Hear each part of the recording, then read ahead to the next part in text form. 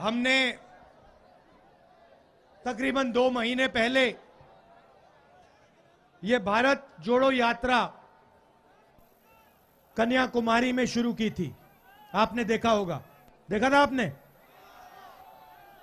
कन्याकुमारी से चालू हुई और अब तकरीबन 2000 किलोमीटर हमारे यात्री और लाखों लोग हमारे साथ चले हैं।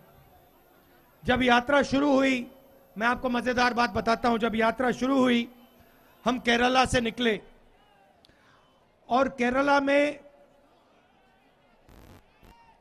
बहुत बड़ा रिसेप्शन था। और जब मैं केरला से निकल रहा था, मैंने सोचा कि भाई अब केरला को कोई हरा नहीं सकता। मतलब लाखों लोग निकल गए। और फिर मैं महाराष्ट्र पहुंचा और महाराष्ट्र केरला से आगे निकल गया। अभी ताली मत बजाओ, अभी मत बजाओ, ताली बजाने का टाइम आएगा, ताली बजाने का टाइम आएगा। और फिर हमने महाराष्ट्र में कितने 15 दिन चले थे हम, महाराष्ट्र में 15 दिन चले। और मैं आपको बता नहीं सकता, भारत जोड़ो यात्रा को महाराष्ट्र के लोगों ने, किसानों ने, मजदूरों ने, छोटे व्यापारियों ने, युवाओं ने, माताएं बहनों ने कितनी शक्ति दी। और मैंने कहा अब महाराष्ट्र को कोई नहीं हरा सकता। और फिर मैं मध्य प्रदेश में आया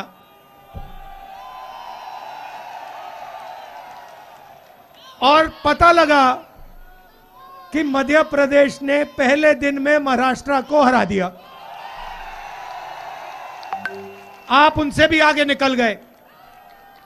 तो जिन्होंने आज भारत जोड़ो यात्रा को अपनी शक्ति दी, अपना प्यार दिया, उनको मैं दिल से धन्यवाद करना चाहता हूं। और जिन्होंने आज इस यात्रा को ऑर्गेनाइज किया, उनका भी मैं दिल से धन्यवाद करना चाहता हूं। आपको ए ग्रेड में देना चाहता हूं। सारे कांग्रेस के कार्यकर्ताओं को, कांग्रेस के नेताओं को, और खास तौर से जो हमारी मध्य प्रदेश की जनता है, आपको मैं दिल से धन्यवाद करता हूं। अब भैया, अब ताली बजाने का टाइम है। देखिए,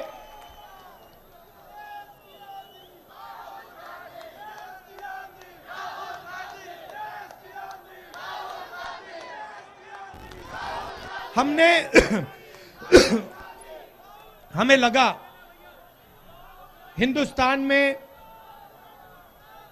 हमें लगा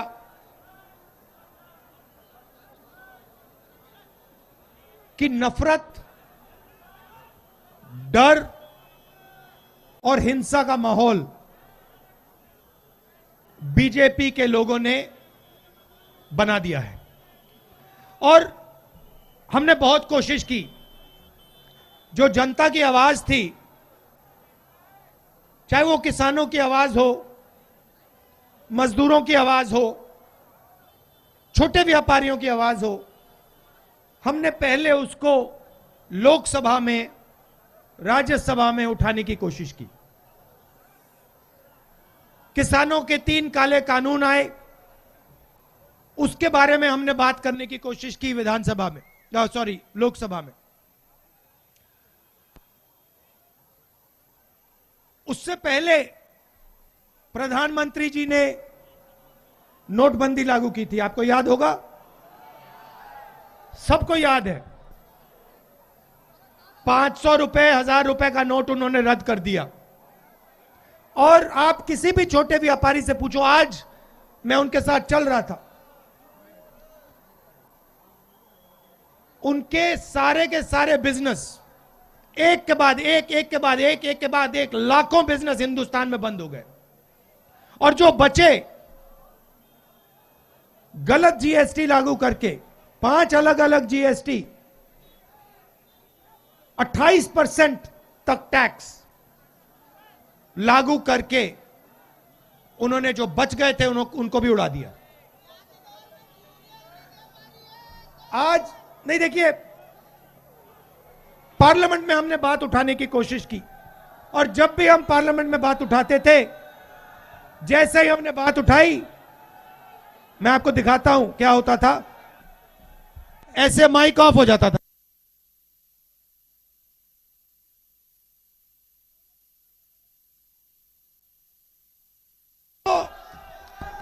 तो लोकसभा जो जनता की आवाज उठाने का सेंटर है, एक तरीका है, वहां तो माइक ऑफ कर दी। बीजेपी ने, अच्छा, मैंने शुरुआत में कहा, भाइयों और बहनों, प्रेस के हमारे मित्र तो हैं, मगर हमारी बात कभी नहीं उठाते। देखो मुस्कुरा रहे हैं सब, पीछे से प्रेशर है, रिमोट कंट्रोल पीछे है इनके बेचारे के, ये कुछ नहीं कर सकते। मैं समझता हूं इनकी गलती भी नहीं है। तो मीडिया हमारी बात नहीं उठाती, सिर्फ हमारी नहीं, विपक्ष की बात नहीं उठाती। लोकसभा का रास्ता बंद। अच्छा, मध्य प्रदेश में हम चुनाव जीत गए, हमारी सरकार थी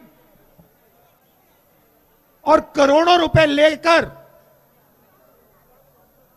20-25 भ्रष्ट विधायकों को खरीद लिया और सरकार बना ली।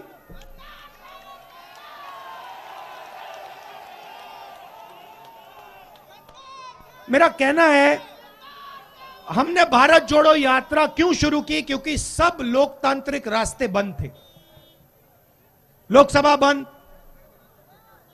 चुनाव का रास्ता बंद, मध्य प्रदेश में हम चुनाव जीत के आए, प्रेस का रास्ता बंद, बाकी जो संस्थाएं, इंस्टीट्यूशंस हैं, उनको सबको आरएसएस, बीजेपी ने पकड़ रखा है, अपने लोग भर रखे हैं, जुडिशरी पे दबाव डाल रखा है, कोर्ट्स पे दबाव डाल रखा है। तो हमने सोचा एक ही रास्ता है और कोई रास्ता बचा नहीं है, सड़क पे उतरो, जनता से गले लगो, किसानों की बात सुनो, मजदूरों की बात सुनो, छोटे व्यापारियों की बात सुनो और उनसे सीधा जाके जुड़ जाओ।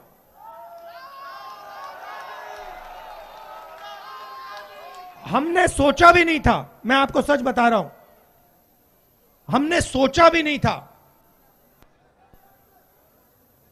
कि इतनी शक्ति, इतना प्यार, इतना सपोर्ट हिंदुस्तान के लोग, मध्य प्रदेश, महाराष्ट्र, केरला, आंध्र, तेलंगाना, तमिलनाडु के लोग इस यात्रा को देंगे। आप मेरा चेहरा देखो, देखो ये चेहरा देखो मेरा, ये आपको अभी कमलनाथ जी ने मुझसे पूछा, निकले मेरे साइड से, मुझसे पूछते हैं, राहुल तुम थके नहीं हो? भाइयों और बहनों, मेरा चेहरा थका हुआ दिख रहा है? मैं 2000 किलोमीटर चला हूं, 2000, कोई थकान नहीं, एक सेकंड की थकान नहीं। सुबह उठता हूं, मैं आपको बता रहा हूं, सुबह उठता हूं, चलना शुरू करता हूं और जितनी आसानी से मैं 6 बजे सुबह चलता हूं, उससे तेज मैं 8 बजे रात को चलता हूं। और ये क्यों हो रहा है? अजीब सी बात है, 2000 किलोमीटर चल गया हूं।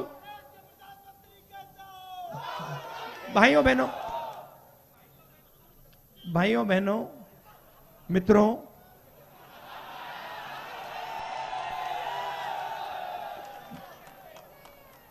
अच्छा, यात्रा में दूसरी बात होती है, यात्रा में हम 8 घंटे चलते हैं, 8 घंटे चलते हैं और आपकी बात सुनते हैं, ज्यादा नहीं बोलते।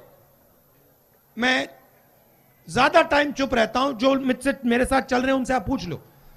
आज मेरे साथ किसान चले हैं, युवा चले हैं, माताएं बहनें चली हैं, व्यापारी चले हैं, पंडित चले हैं। मैं बोलता नहीं हूं, मैं सुनता हूं। 2-3 सवाल पूछता हूं। कैसे हो, परिवार कैसा है, क्या कर रहे हो, क्या मुश्किल है, किन चीजों को बदला जा सकता है, यह सवाल पूछता हूं और सुनता हूं। 8 घंटे सुनता हूं और घड़ी देख लेना आप, 15 मिनट 20 मिनट में बात करता हूं, मतलब 8 घंटे सुनता हूं, 15-20 मिनट बोलता हूं,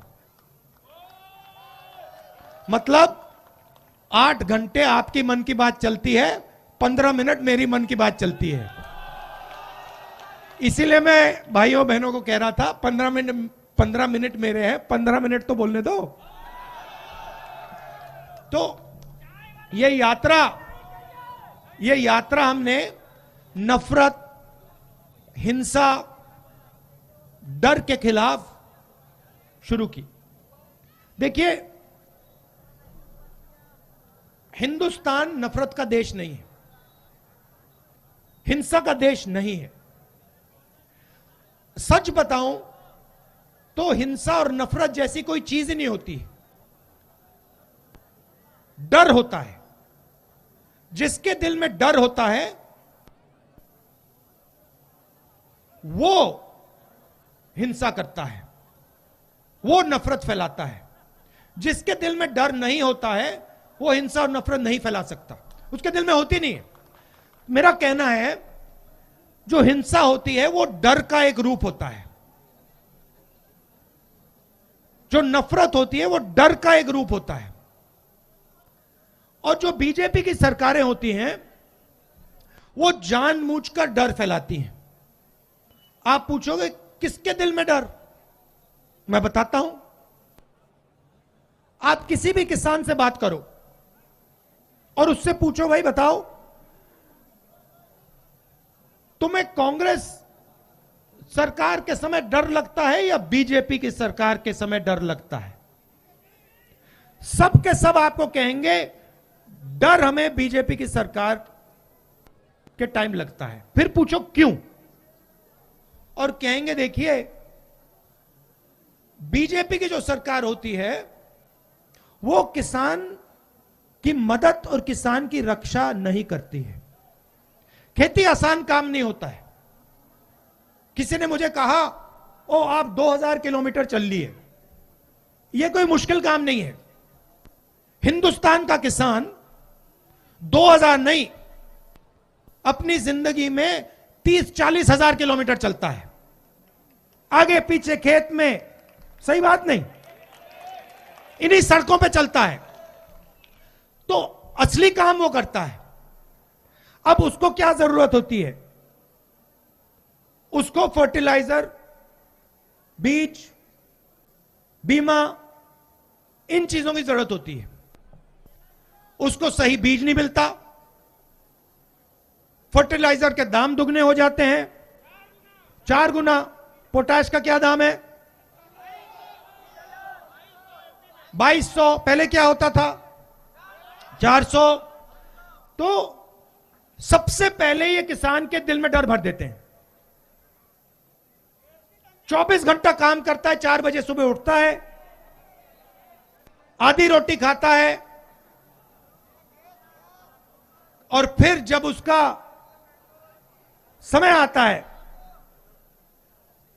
चाहे गेहूं हो, सोया हो, केला हो, बेचने का समय आता है, तो दिल्ली में बीजेपी के लोग एक्सपोर्ट इंपोर्ट की पॉलिसी बदल देंगे और दाम को गिरा देंगे। तो पूरी की पूरी मेहनत 2-3 दिन में गायब हो जाती है। एमएसपी नहीं दिलवाएंगे।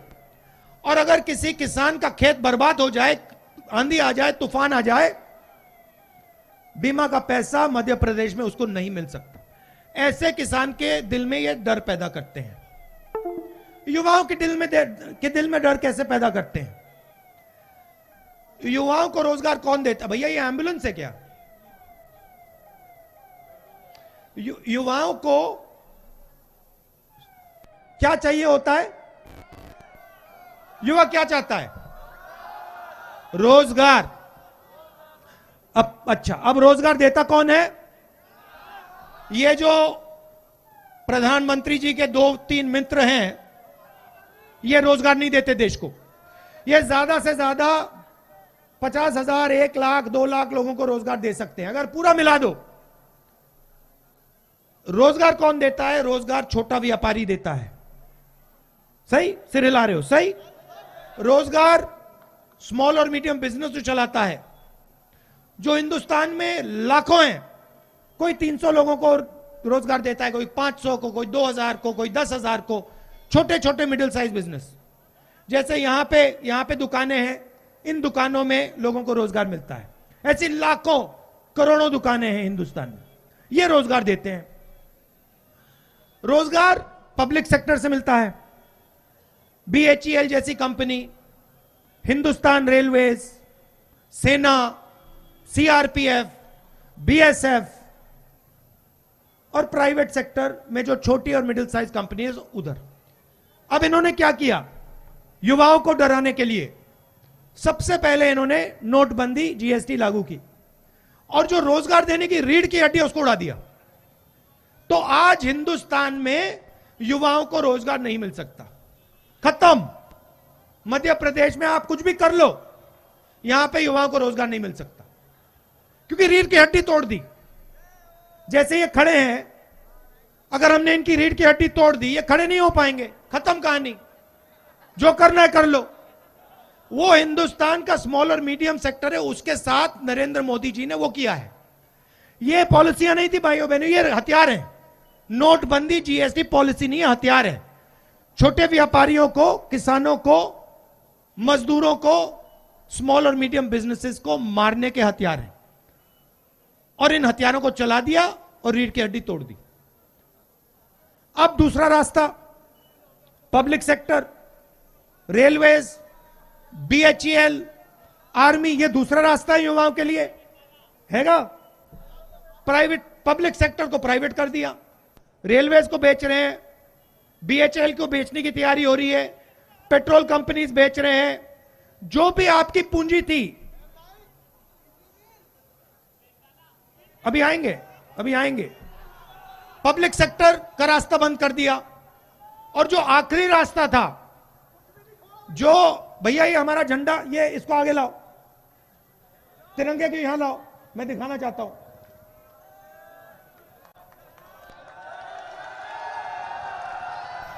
इसको हाँ ऐसे पकड़ो।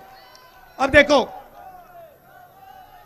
ये, अब देखो, मैं आपसे सवाल पूछना चाहता हूं, इसकी रक्षा कौन करता है?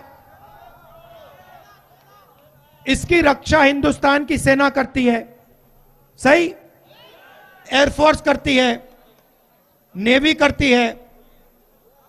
अब मुझे आप बताइए, इन सड़कों पे हजारों युवाओं ने मुझे कहा है कि हमने इस झंडे की रक्षा करने के लिए ट्रेनिंग की है। 4 बजे सुबह हम उठते हैं और दौड़ते हैं, वेट लिफ्टिंग करते हैं। पहले क्या होता था, जो इसकी रक्षा करता था उसे सेना कितने साल की नौकरी देती थी?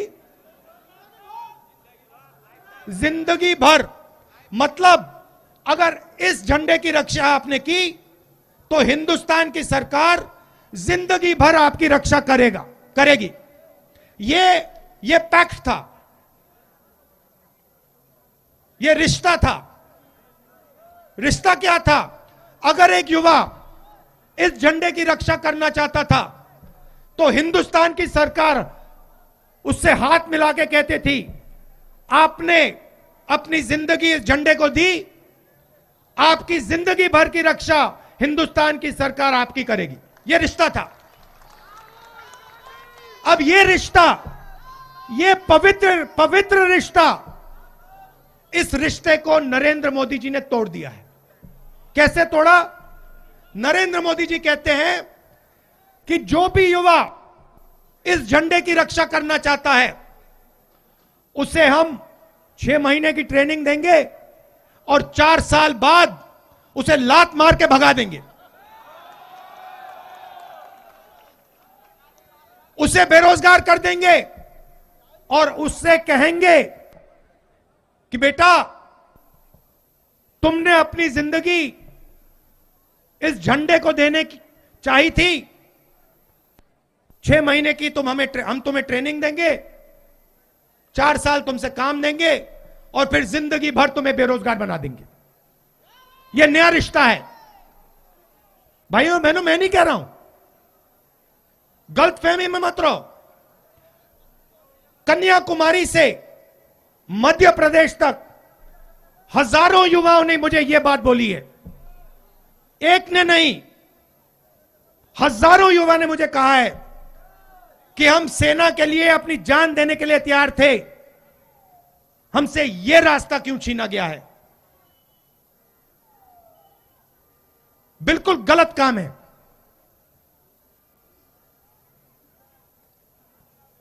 तो सारे के सारे रास्ते बंद कर दिए हैं। सेना का रास्ता बंद कर दिया, पब्लिक सेक्टर का रास्ता बंद कर दिया, सरकारी नौकरियां जो होती हैं उसका रास्ता बंद कर दिया। क्यों? डर पैदा करना चाहते हैं किसानों के दिल में, युवाओं के दिल में, मजदूरों के दिल में। क्यों? क्योंकि भाई और बहनों उस डर को वो नफरत में बदलना चाहते हैं। भाई को भाई से लड़ाना चाहते हैं। क्यों? क्योंकि हिंदुस्तान के 3-4 सबसे बड़े अरबपतियों को आपका पूरा का पूरा धन पकड़ाना चाहते हैं। यह सच्चाई है। तो भारत जोड़ो यात्रा का काम क्या है? जो भाई को भाई से लड़ाया जा रहा है, जो डर फैलाया जा रहा है, सबसे पहले उसके खिलाफ खड़ा होना। एक बात मुझे बताइए, बुरहानपुर जो है किस लिए जाना जाता है? बताइए। यह नफरत के लिए जाना जाता है क्या? क्या कहते हैं कि बुरहानपुर नफरत का सेंटर है? ना, कहते हैं बुरहानपुर मोहब्बत का सेंटर है।